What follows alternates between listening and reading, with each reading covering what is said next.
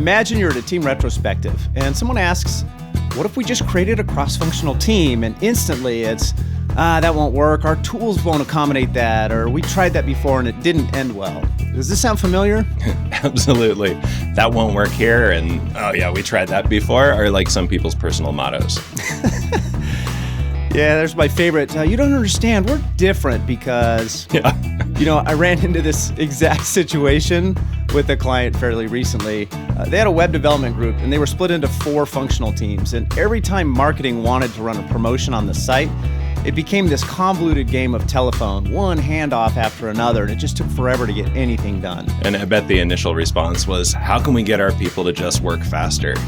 Yeah, pretty much. The way they put it was, why are these people so slow? Which is just another variation on the same theme, right? They were looking at it like a personal effort or a team process issue when it was much bigger than that. In fact, the first time I brought up the idea of creating cross-functional teams, their response sounded just like what you said. We just did a reorg last quarter and nothing got better. Such a common story.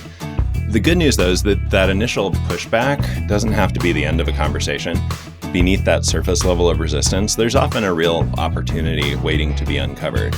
And that's what we're diving into in today's episode, a simple 4-step process to help you break through those roadblocks and turn "we can't because" into "how might we?" Before we dive in, this episode is brought to you by the Humanizing Work Company, where we help organizations improve leadership, product management, and collaboration. Ready for stronger results? Visit humanizingwork.com and schedule a conversation with us. And if you're watching on YouTube, don't forget to subscribe, like the episode, and click the bell. Listening on the podcast, a 5-star review helps others discover the show. Thanks for supporting us. Now let's get into it. The process we're sharing today is called the 4-step Roadblock Buster. It's designed to help you move from stuck to unstuck by tackling challenges in a structured, actionable way. We'll walk you through it step by step, and we'll use a real-world example to bring it to life. Step 1 is to understand the current state. You need to understand what's really going on. Without judgment, without blame, just facts. What are all the good, logical reasons why things got the way they are? And one of my favorite questions, who benefits from the status quo? There's often some hidden incentive to things staying the way they are. So getting clear about why things are the way they are is important for 2 reasons. First, if there are actual or perceived benefits from the current approach, we need to see if we can figure out how to keep those benefits. And second, and this is critical, this line of inquiry helps us shift from being frustrated to being curious. Absolutely. In fact, for that web development client I mentioned in the intro, that shift from frustrated to curious had a huge impact during a pretty heated meeting, one where things were getting dangerously close to spiraling out of hand. They were talking through a request from the marketing vice president to roll out a holiday promotion. And the product owner for that group was saying that there was just no way they could push it live in time for the holidays. They were split into 4 functional teams: front-end, back-end, database, and testing. And every marketing request had to go through all 4 teams, one after another. So any single request took a lot of time to get through the whole process. The marketing VP threw up her hands and said, "It feels like pulling teeth to get what is honestly a pretty straightforward campaign live in 2 weeks. If we miss that date, we're going to lose out on a huge boost in revenue, and we may all be out of a job in the new year. I've never worked at a company that was this slow at web development. What are all of these well-paid people doing all day?" Oh boy. Yeah, and it got worse. The product owner responded, "Are you seriously asking that? It takes that long because we're working through 7 other changes you've asked for in the last quarter. Things are all backed up, and I have 2 people out sick, in no small part due to the stress. If you could stick to the plan we created during our road mapping session last quarter, we'd be fine." So trying to prevent this from turning into a street fight, I stepped in and said, hang on, if we assume everyone is working hard, which I think is a fair assumption, then the real problem may be in the structure. As you all know, we've been talking about changing to a cross-functional team approach, and you all have shared your concerns about that. But let's go back in time a bit. How did the structure get this way in the first place? Why do requests need to go sequentially through all 4 teams? At that point, this grizzled back-end developer, complete with like a long beard and a Grateful Dead t-shirt, who was usually silent in these meetings, spoke up with the backstory. Back in 2015, he started, we had a major incident where the site went down during a big sale. In fact, he said, glancing in the direction of that marketing VP, it happened to be a holiday sale. Well, in the chaos, this hotshot new hire, who didn't last much longer at the company, by the way, hacked together and pushed out a quick fix to get the site back up. And while the site did come back up, that hack contained an error that resulted in all of the prices being shifted over by 1 decimal point. Oh, no. A $200 product was being sold for $20, a $49 product for $4.90. You get the idea. It wasn't pretty, and we didn't catch it for a full hour and 17 minutes. By the time we realized what happened and fixed it, the damage had been done. We lost a bunch of money that quarter. It cost us all our Christmas bonuses. And Mark, who was the head of engineering at the time, implemented the 4-team structure to ensure something like that never happened again. And it hasn't. So the developer looked back down at his laptop. His contribution to the meeting apparently concluded.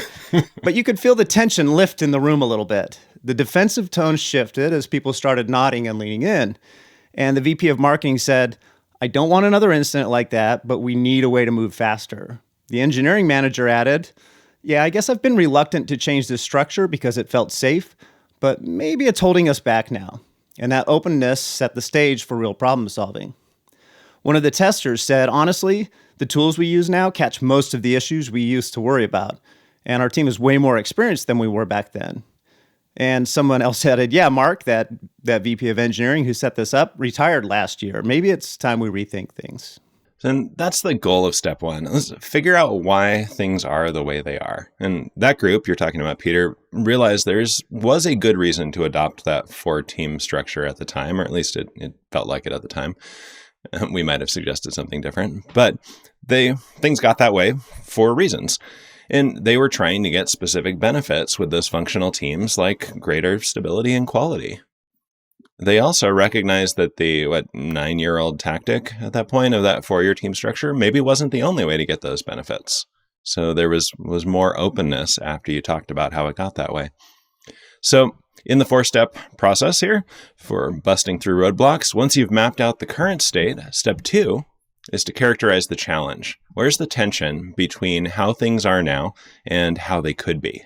Yeah, this step is so often skipped. It's often rushing to solutions like, we need more people, or let's adopt this new tool, without understanding the real tension.